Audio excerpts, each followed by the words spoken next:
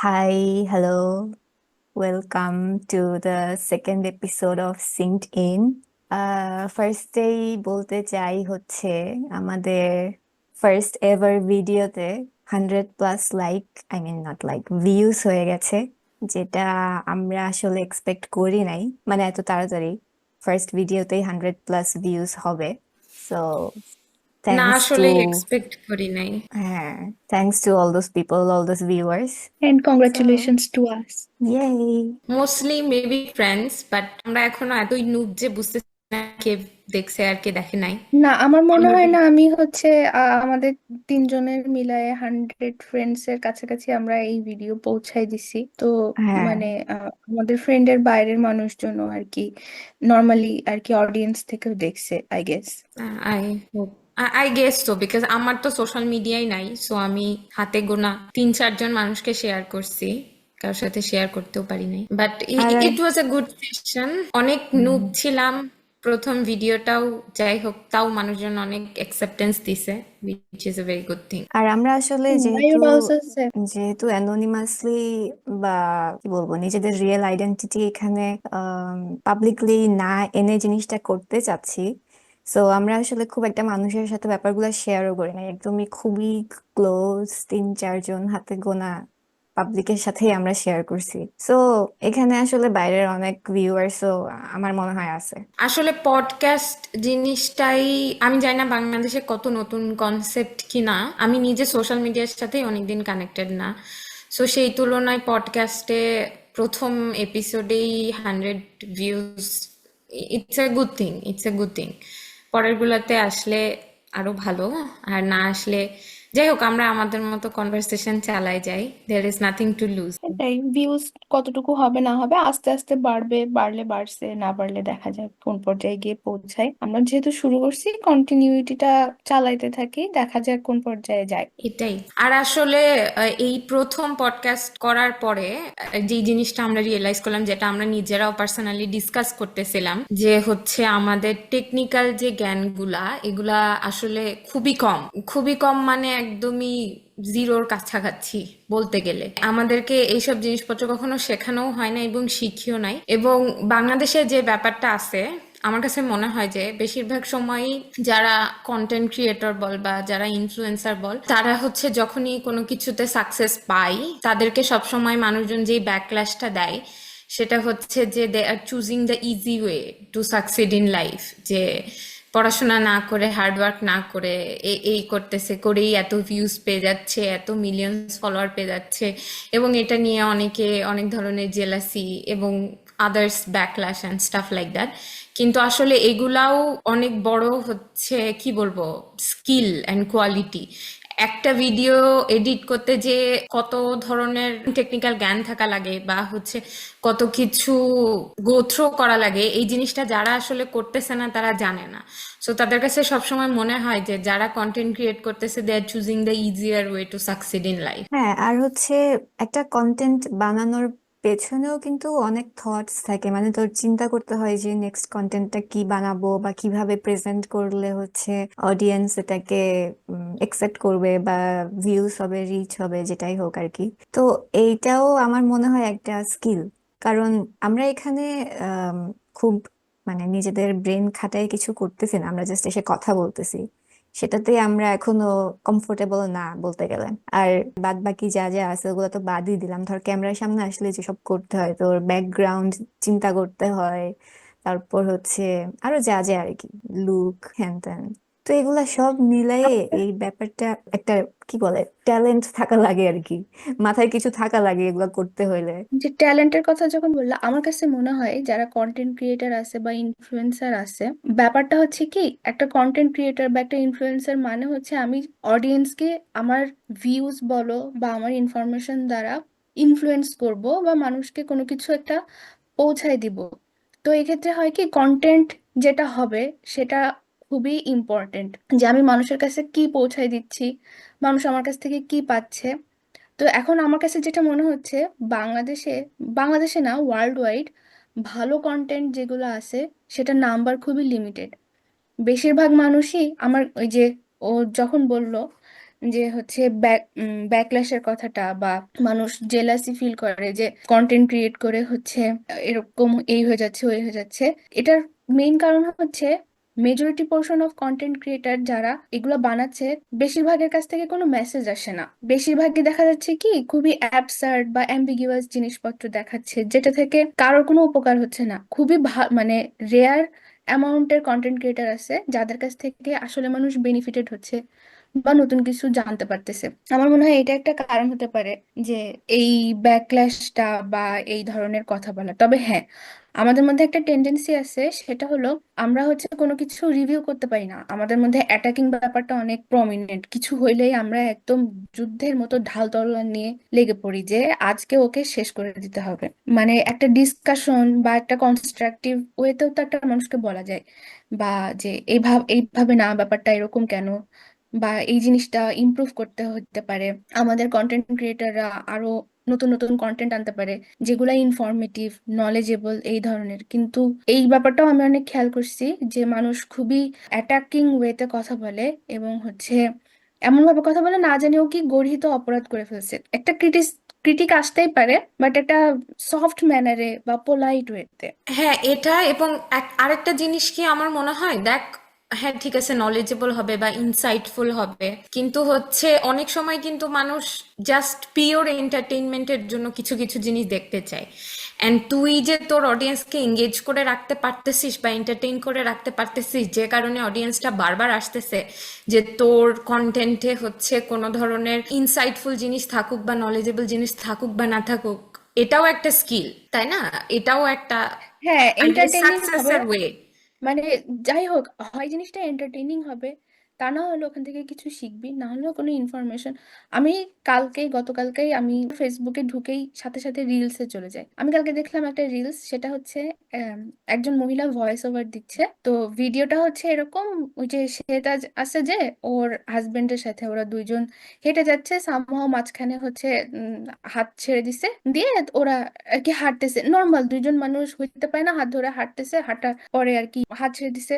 এটা নিয়ে দেখলাম কি সে কি কি জানি বললো, মানে কি কি যে বললো তোর মাথার উপর দিয়ে যাবে, যেটা কেমন স্বামী হাত ছেড়ে দিল রাস্তার মাঝখানে, কেন সবসময় আরে ভাই, মানে আমি এই ধরনের ভিডিও গুলোর কথা বলতেছি, যে না এগুলা এন্টারটেইনিং, না এগুলা দিয়ে কোনো কাজ আছে। হ্যাঁ, বাংলাদেশে এই যে ভিডিও রিভিউ করা এবং হচ্ছে মানুষকে নিয়ে রোস্টিং করা, এগুলো আসলে ইয়া পর্যায়ে পৌঁছে গেছে, কিন্তু এখন আসলে এগুলো নিয়ে কথা বলতে গেলে আমরা নিজেরাও ব্যাকল্যাশ ব্যাকল্যাশ খাবো। হবে।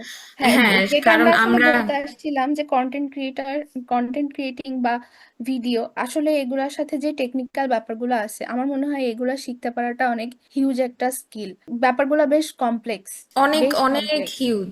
এবং হচ্ছে এই যে কমেন্টের কথা যে বলি, এখানে আমি একটা কথা বলি, আমার মনে আছে আমি যখন ঢাকায় ছিলাম, আমার রুমমেট একটা আপু, she is one of the most knowledgeable person I know. আমার মনে আছে 2014 বা 2015-র দিকে, তখন হচ্ছে আপু একটা কথা বলতেছিলাম, মানে সে সোশ্যাল মিডিয়াতে তখন আসলে বাকি যেই জিনিসগুলা ওগুলা অত ফেমাস ছিল না।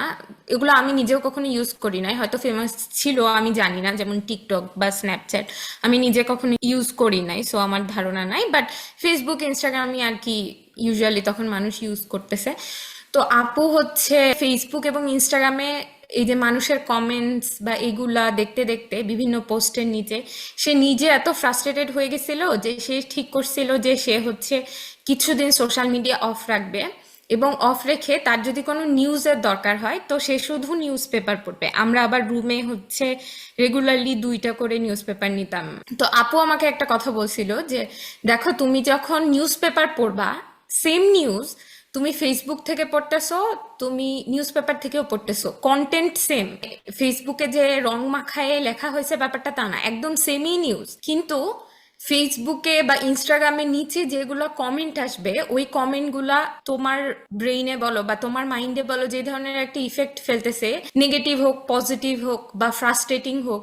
তুমি যখন শুধু নিউজ পেপার পড়তেছো তখন এই ব্যাপারগুলো হবে না, কারণ নিউজ পেপারের নিচে কোনো কমেন্টস নাই। হয়তো এরকম হইতে পারে যে তুই নিউজ পেপার থেকে একটা নিউজ পড়লি, পরে তুই হচ্ছিস আর যেমন আমাদের এই চ্যাট বক্সে এসে বা অন্য কোনো ফ্রেন্ডের সাথে বা কোনো ফ্যামিলি মেম্বারের সাথে তুই জাস্ট শেয়ার করতেছিস তোর ভিউজ, বাট যখনই এই ব্যাপারগুলো সোশ্যাল মিডিয়াতে আসে এবং নিচে হচ্ছে এই ধরনের হেটফুল কমেন্টস থাকে, তখন হচ্ছে তুই নিজেও ওই জিনিসটা দেখে তোর মধ্যে একটা নেগেটিভ ইফেক্ট ফেলে। ইভেন এরকমও হয় যে তোর ওই নিউজটা দেখে ওই ধরনের নেগেটিভ জিনিস মাথায় আসে নাই, কারোর একটা কমেন্ট দেখে তোর মনেই হইতে পারে যে হচ্ছে, আই এম নট সেইং যে হ্যাঁ মোস্ট অফ দ্য টাইম আমাদের এই ধরনের স্টুপিড কমেন্ট দেখে মনে হয় যে হ্যাঁ he might be right or she might be right, but this things never take positive things on your mind. হ্যাঁ, এটাও এটা একটা হচ্ছে মানে কষ্টের ব্যাপার যে মানে কেউ একজন বসে এই ধরনের কথা ভাবতেছে, এটাও আসলে একটা মানে মেন্টালি টর্চারিং এর ব্যাপার। এভাবেও ভাবা যায় বা মানুষের এইভাবে ভাবারও ক্যাপাসিটি আছে। না, এই ধরনের কমেন্ট গুলো কিন্তু আসলেই মেন্টালি অনেক এফেক্ট করে। যেমন আমি নিজেও আসলে ফেসবুক, ইনফ্যাক্ট ইনস্টাগ্রামও আমি বলবো আমি ইউজ করা খুবই কমাই দিছি, জাস্ট বিকজ অফ আমি কমেন্ট গুলো আমার একটু দেখতে ইচ্ছা করে, আর কমেন্ট দেখলেই আমার মনে হয় যে এত নেগেটিভিটি, এমন এমন কথা। আবার কিছু মানুষের আমার মনে হয় আসলে তারা তাদের লাইফের যত ফ্রাস্ট্রেশন আছে সব হচ্ছে এই যে পোস্টের কমেন্ট বক্সে গিয়ে এগুলা হচ্ছে সব ঝেড়ে দেয় আর কি। সেখানে কন্টেন্টে যাই থাকুক, ভালো থাকুক, খারাপ থাকুক বা যাই থাকুক, তাদের কমেন্টটা অলওয়েজ নেগেটিভ হবেই। আর এই কমেন্টগুলো যারা পড়ে, এটা অবভিয়াসলি তাদেরকে মেন্টালি একটা এফেক্ট মানে রেখে যায় বা করে করে ফেলে আসলে। কারণ আমার নিজেরই মনে হয় যে আমি যখনই কমেন্টগুলো পড়ি, তখন যখন আবার পোস্টটা দেখি, তখন আমার মনে হয় যে হ্যাঁ আসলে তো ব্যাপারটা তো খানিকটা এরকম।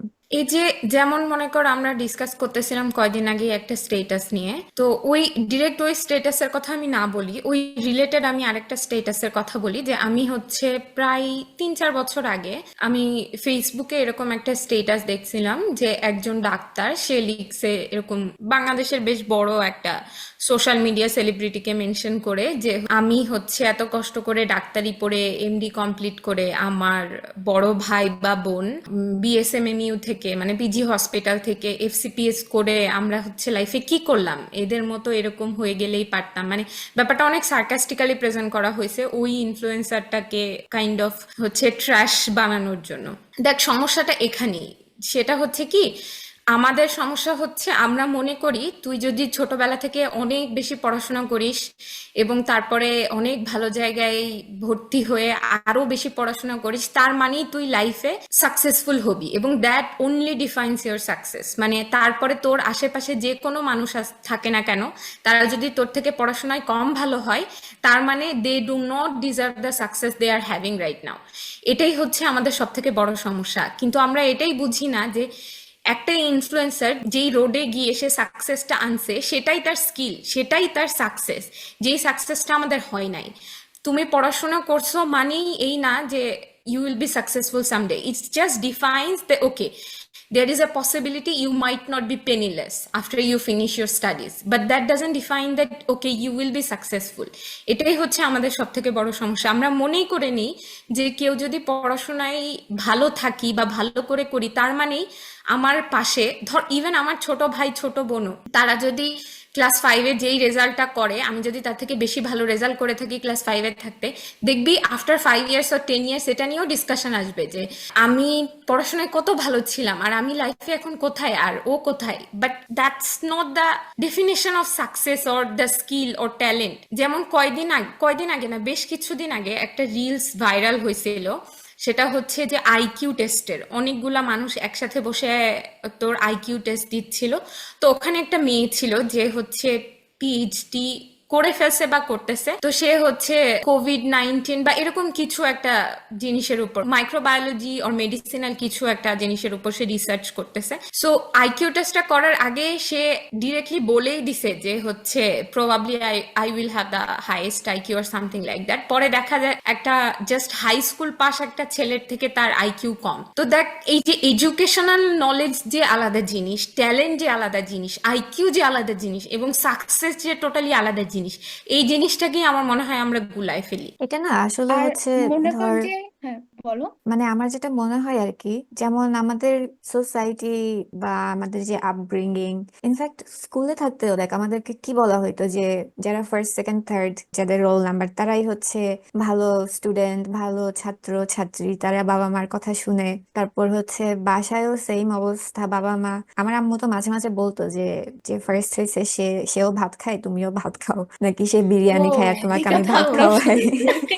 এটা তো মানে কমন ডায়লগ, মানে আমাদের, হ্যাঁ, আমার মনে হয় আমাদের জেনারেশনের বাবা মাদের কমন ডায়লগ, ধর আমরা মিলেনিয়ালস যারা আছি আর কি। তো এইভাবে বড় হয়ে আসার পরে না, এই মেন্টালিটি থেকে বের হওয়াটা ইজি না, খুবই কমপ্লিকেটেড। এরপরে গিয়ে যখন দেখা যায় যে যেহেতু আমরা এটা শুনে শুনে বড় হয়ে আসছি যে তুমি পড়াশোনায় ভালো করতেছো মানে তুমি সাকসেসফুল হবা, তারপর ওই যে আমাদের তো বইয়ে লেখা থাকতো লেখাপড়া করে যে গাড়ি ঘোড়া চড়ে সে টাইপের কথাবার্তা। তো এই জন্য আমার মনে হয় যারা একটু পড়াশোনা করে ফেলে, তাদের হোল লাইফের মানে যত টাইম তারা সব হচ্ছে পড়াশোনার পেছনেই ইনভেস্ট করে, যখন তারা দেখে যে তাদের চেয়ে কম পড়াশোনা করে কেউ ওদের চেয়ে বেশি সাকসেসফুল হয়ে গেছে। আবার দেখ সাকসেসফুল ব্যাপারটা কেউ কিভাবে ডিফাইন করা হয় আমাদের সোসাইটিতে, যারা বেশি টাকা ইনকাম করে, রাইট, ওদেরকে হচ্ছে হুম, সাকসেসফুল বলা হয়। তো এই দেখা ডেফিনেটলি। যায় যারা ধর যেমন আমরা মাস্টার্স করে ফেলছি বা পিএইচডি করে ফেলছে কেউ, এখন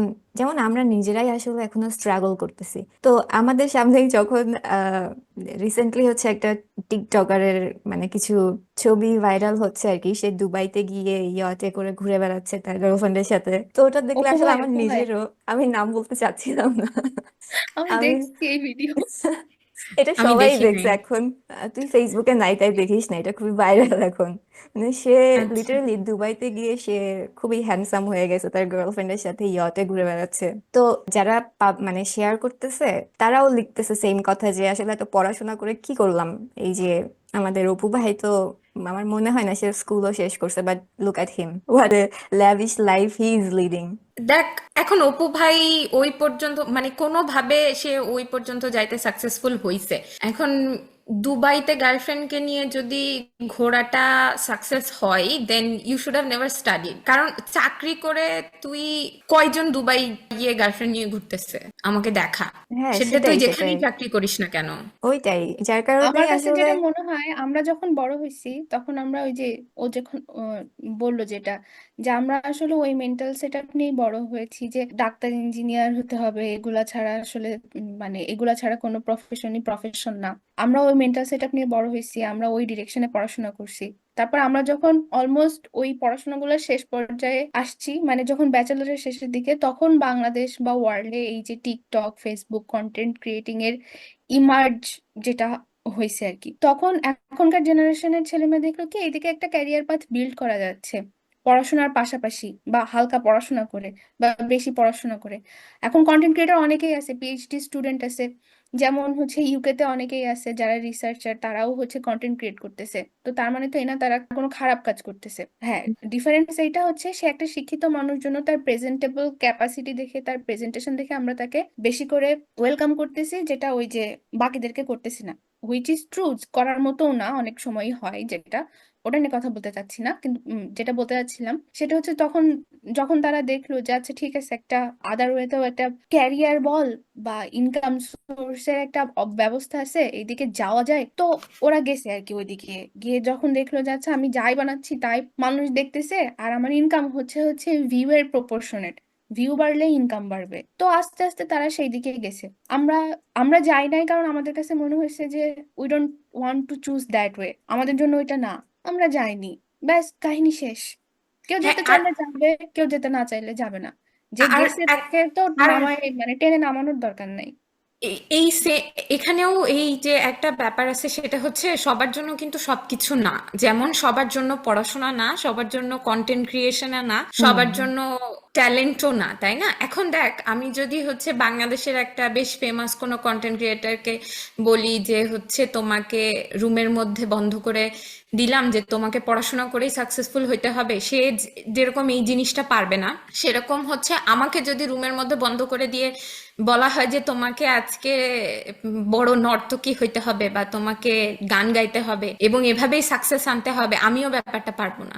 এখানেও আমার একটা কথা আছে, সেটা হচ্ছে বাংলাদেশে আমি অনেক সেলিব্রিটিদেরকে এটা বলতে শুনছি, সেটা হচ্ছে যে বাংলাদেশে নাকি গরিব হওয়াটাকে বা মিডল ক্লাস হওয়াটাকে অনেক গ্লোরিফাই করা হয়। তো এখানে আমার একটা কমপ্লেইন আছে, সেটা হচ্ছে যে আমার মনে হয় না ব্যাপারটাকে গ্লোরিফাই করা হয়। আমার মনে হয় কি আমরা হচ্ছে এই ব্যাপারটার সাথে এখনো পর্যন্ত বেশি রিলেট করতে পারি। দ্যাট ডাজন্ট মিন যে যারা সাকসেসফুল হইছে বা যাদের এখন অনেক টাকা পয়সা হয়েছে বা কেউ একটা বিএমডাব্লিউ কার নিয়ে আমার সামনে দিয়ে গেলে তাকে আমি গালি দিব, no, we shouldn't be that kind of animal. কিন্তু এটা সত্যি যে আমরা মিডল ক্লাসের সাথে এখনো পর্যন্ত বেশি রিলেট করতে পারি। তাদেরকে তারা অবশ্যই অনেক বেশি স্কিলফুল বা ট্যালেন্টের জন্যই তারা পড়াশোনার বাইরে অন্য আরেকটা ট্যালেন্ট চুজ করে সাকসেসফুল হইতে পারছে, বাট এরকম অনেক হাজার মানুষ আছে যাদের ওই ধরনের স্কিল নাই। তো তাদের যেই স্কিল আছে সেটা দিয়েই তারা ট্রাই করতেছে। এখন হইতে পারে সে যেই ফিল্ডে ট্রাই করতেছে সেই ফিল্ডটা অনেক বেশি কনসেন্ট্রেটেড, বা সেই ফিল্ডের যেটা ট্রপিক্যাল পয়েন্ট বল বা হাইয়েস্ট পয়েন্ট বল সেই পর্যন্ত যাওয়াটাই খুব ডিফিকাল্ট, অথবা হাইয়েস্ট পয়েন্ট যেটা বা হাইয়েস্ট পেইড জব যেটা সেটাই হচ্ছে অন্যান্য যে কোনো জবের থেকে কম স্যালারি বা আদার থিংস লাইক দ্যাট। তার মানে এই না যে হচ্ছে সে মিডল ক্লাস ব্যাপারটাকে বা গরিব হওয়া ব্যাপারটাকে গ্লোরিফাই করতেছে। আমরা এই ব্যাপারটার সাথে রিলেট করতে পারি বেশি। এজন্যই কিন্তু বাংলাদেশের নাটক সিনেমা বল বা সিনেমার কথা আমি বলতেছি না, বাংলাদেশের বেশিরভাগ সিনেমাই অ্যাবসার্ড। আমি যতদিন পর্যন্ত দেখছি আগে, এখন অত দেখা হয় না, কিন্তু হচ্ছে নাটকগুলা বল বা হচ্ছে যেগুলা টিভিসি করা হয়, কমার্শিয়াল করা হয়, এগুলা বেশিরভাগই মিডল ক্লাস ফ্যামিলি নিয়ে করা হয়। কারণ হচ্ছে আমরা এগুলোর সাথে বেশি রিলেট করতে পারি। দ্যাট ডাজন্ট মিন যে আমরা গ্লোরিফাই করতেছি। কারণ এই বয়সে এসে এই টার্গেট অডিয়েন্স যেটা নাটক বল বা টিভি কমার্শিয়াল বল, সেটা হচ্ছে তোর টিনেজ থেকে বাকি হচ্ছে যে বুড়া বয়স পর্যন্ত সবাই, এরা সবাই রিলেট করতে পারে জন্যই এই ক্লাসটাকে রাখা হয়। এখন তুই বাচ্চাদের কার্টুনে যা, বাচ্চাদের কার্টুনে কিন্তু কখনো মিডিল ক্লাস রাখা হয় না। কারণ হচ্ছে বাচ্চাদের যে বয়স সেই বয়সে তারা টাকা পয়সার সাথে বা সাকসেসের সাথে রিলেট করে না। যেমন দেখ, বাচ্চারা ডোরেমনও দেখতেছে, টম এন্ড জেরিও দেখতেছে যার কোনো ফিনান্সিয়াল স্ট্যাটাস নাই, আবার হচ্ছে মিনা কার্টুনও দেখতেছে যেখানে হচ্ছে দেখতেছে, মানে আমরা দেখছি আর কি বেসিক্যালি। এখনকার বাচ্চারা হয়তো দেখে না, আমি জানি না, কিন্তু আমরা দেখছি আর কি। এই সবগুলাই আমরা এনজয় করছি, সবগুলোরই অনেক ভালো ভিউ ছিল।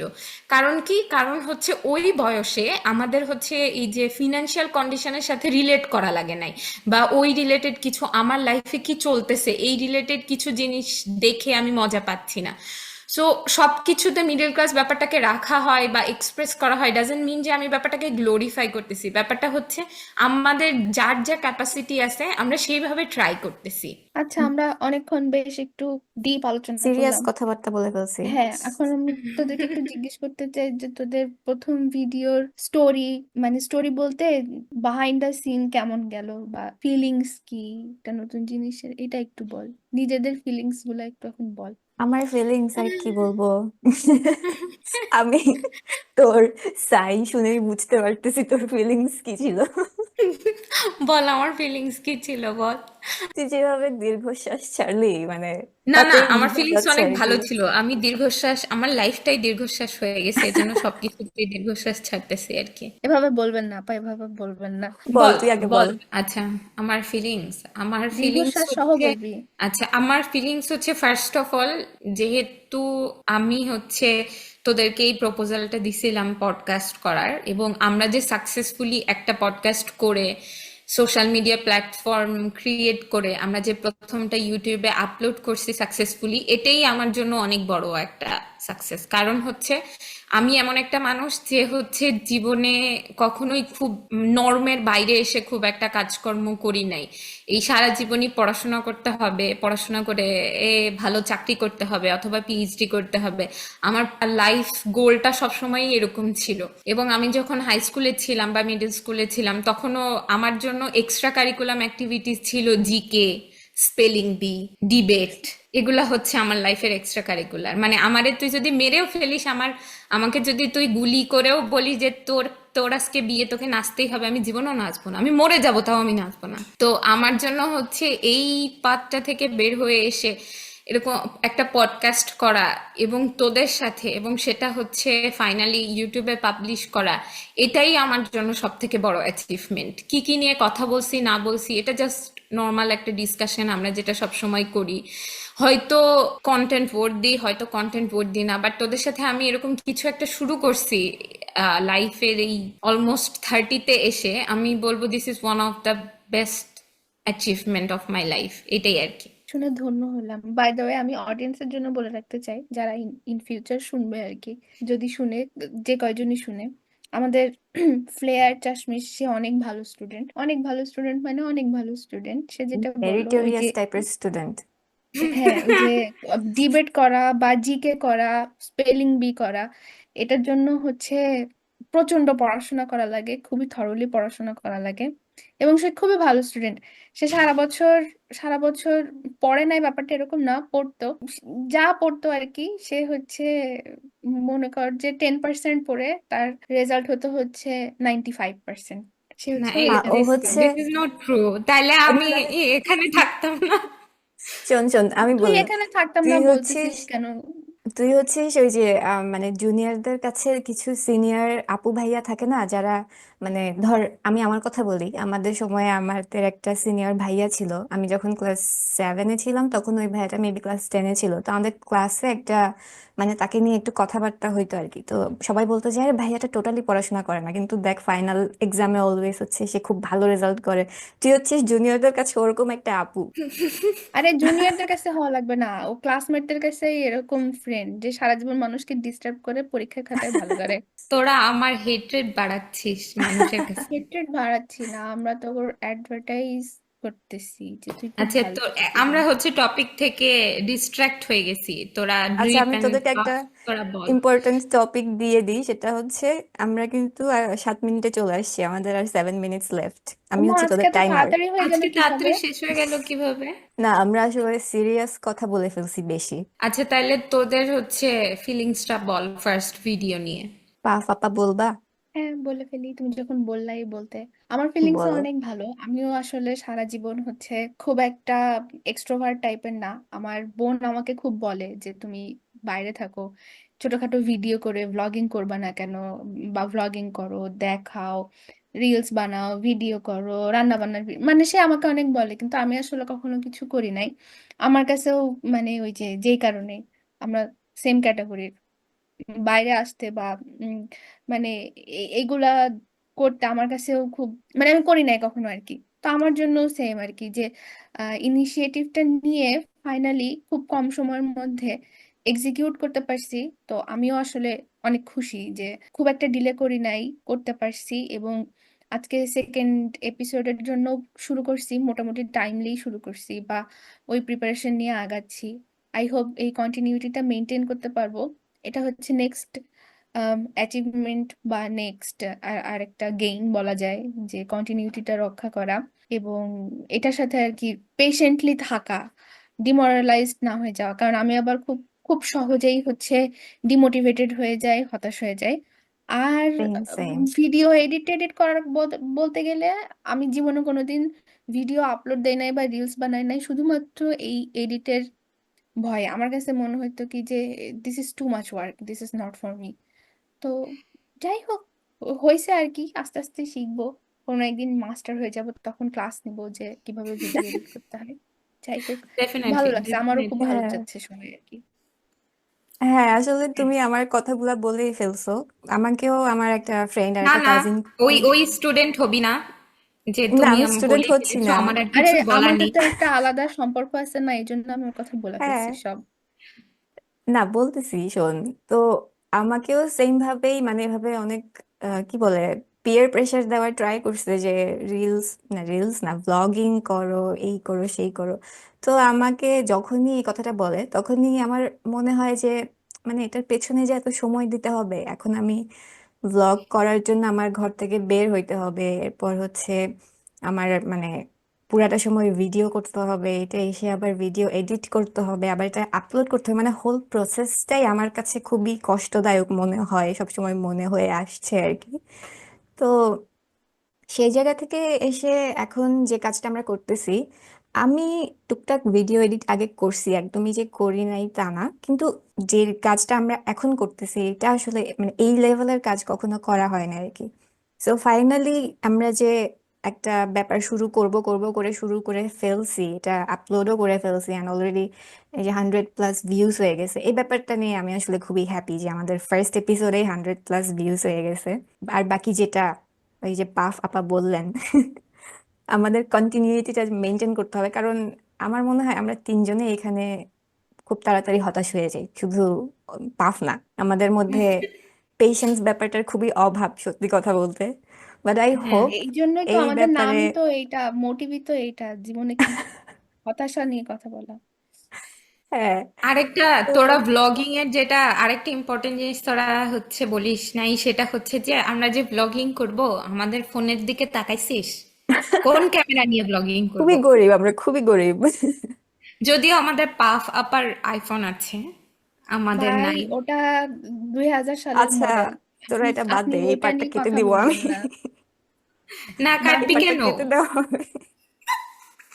না, মানুষ হচ্ছে নতুন লেটেস্ট ফোনের কি বলে কেনা ছবি ভিডিও করতেছে, হ্যান করতেছে, ত্যান করতেছে, আমার ফোনের দিকে আমি তাকাই আর ভাবি থাক কি আর করার।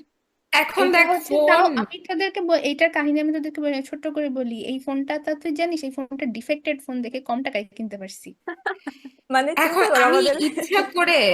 ইচ্ছা করে ফোন আপগ্রেড করি না কেন জানিস? কারণ ধর আমি আজকে একটা ফোন কিনলাম, ধর আজকেই যেই কোম্পানিরই হোক, ধর স্যামসাং বল, আইফোন বল, শাওমি বল, আমি ধর একটা কিডনি আমার বা তোদের একটা কিডনি বেচে দিলাম, দিয়ে একদম আপডেটেড যেটা সেটা কিনলাম, কেনার পরেও 2 বছর পরে, 2 বছরও যাবে না, 1 বছর পরেও ওই ফোনটা ব্যাকডেটেড হয়ে যাবে। হয়ে যাওয়ার পর এবার মনে কর এমন সফটওয়্যার আসবে সেটার জন্য কি আমার যেই ফোনটা আমি আমার হাতে আছে, আমি যে তোদের কিডনির বিনিময়ে যেটা কিনছি, সেটা হচ্ছে স্লো হয়ে যাবে, কারণ নতুন যে আপডেটগুলো আসছে সেগুলো হচ্ছে এটার সাথে আর ওরকম মানে ফোনটা ওরকম স্মুথলি রান করতেছে না। তো তুই যত আপডেটেড ফোনই আজ কিনিস না কেন, বাকি ফোনগুলা মানে বাকি নেক্সট মডেলগুলা এত তাড়াতাড়ি আসতেছে যে হচ্ছে এটার সাথে কিপ আপ করা পসিবল না। তার থেকে বেটার তোর কাছে যেই ফোনই আছে, যতদিন না পর্যন্ত ও মরে ভূত না হয়ে যায় ততদিন পর্যন্ত তুই চালা। এসব সেটাই বলে লাভ সেটাই। নাই, তুই গরিব, তুই জীবনে কন্টেন্ট ক্রিয়েট করিস নাই, টাকা কামাস নাই, এই জন্য ফোন কিনতে পারতেছিস না। আচ্ছা, আমার তো ধর আচ্ছা শোন, এক্সট্রা তোরা কারিকুলার সিরিয়াস কথাতে অ্যাক্টিভিটিস নাই। চলে যাচ্ছিস, আমার কথা শোন, আমাদের আর 2 মিনিট লেফট। ওকে। আর আর আমাদের এই যে চৌকিদার আসছে প্রত্যেকটা ভিডিওতে একটু পর পর, কয় মিনিট লেফট, কয় মিনিট লেফট, চৌকিদার। আচ্ছা, আমি না হয় কন্টেন্ট ক্রিয়েট করি নাই, ধর আমার এক্সট্রা কারিকুলার অ্যাক্টিভিটিস নাই, এখন আমি তো ইয়াতে এসে ভিডিওতে এসে হচ্ছে কোন দেশের কোন রাজধানী এটা হচ্ছে ইয়া করে জিকের ইয়া বানাবো না, রিলস বানাবো না। না, তুই তোরা বানাতে দুইটা পারিস, তো তুই ভালো শেলডনের মতো নাচছিস। কন্টেন্ট ক্রিয়েটর হইতে পারিস। এই তোরা এখানে তো, যাইস না, ডু এখানে ইউ যাইস না। রিমেম্বার শেলডনের কয়টা ভিউ ছিল? বলা শেলডনের যায় তোর সময়, ভিউ বাড়তেও পারতো। হ্যাঁ শেলডনের সময় ইউটিউব বা সোশ্যাল মিডিয়া এত পপুলার ছিল না, এখন তোর তোর সময় ইউটিউব বা সোশ্যাল মিডিয়া হ্যাঁ, যেভাবে মানে তুই খুলে সবার ফেল হাতে একটা। হাতে। আচ্ছা, আমি খুলবো যদি তোরা তোদের নাচের ভিডিও শুরু করিস, আমি আমার জিকের ভিডিও বা হোয়াট এভার। আমার জীবনে আমরা অন্য কিছু গেইন হোক বা না হোক, ওয়েট গেইন প্রচন্ড পরিমাণে হয়ে গেছে, আমার পক্ষে হাত পা নাড়ানো আর সম্ভব না। আচ্ছা শোন শোন, ওইটা ওইটা আরো পরের কথা। আসল কথা হচ্ছে আমরা যেদিন এই পডকাস্টে অ্যাভাটারের বাইরে নিজের আসল চেহারা দেখাইতে পারবো, তারপরে গিয়ে আমরা বাকি কিছু চিন্তা করবো, ঠিক আছে? এখন হ্যাঁ, পর্যন্ত সেদিন ওইগুলা আমি আর চিন্তা করার ড্রিপ দরকার হচ্ছে নেই। বসে বসে মুদ্রা করে ফেলবো, যা। আচ্ছা ঠিক আছে, হ্যাঁ, তুই যে গানেই বলবি আমরা সেখানেই মুজরা করবো, কোনো সমস্যা নেই। আমি কবিতা আবৃত্তি করব, তোরা নাচবি। তুই ডিবেট করবি। ঠিক আছে। স্পেলিং ঠিক আছে, দিয়েও করতে বাকি কথা পারিস। পরে হবে। হ্যাঁ, আচ্ছা ঠিক বাকি আছে, কথা আজকের পরে মতো হবে। তাহলে এখানেই থাকি, আর দেখা আচ্ছা, হবে নেক্সট নেক্সট পডকাস্টে। Okay, okay, bye. Bye, bye. See আর ইউ কিভাবে শেষ টিল করবো আর নেক্সট জানি না। টাইম। বাই। Bye by.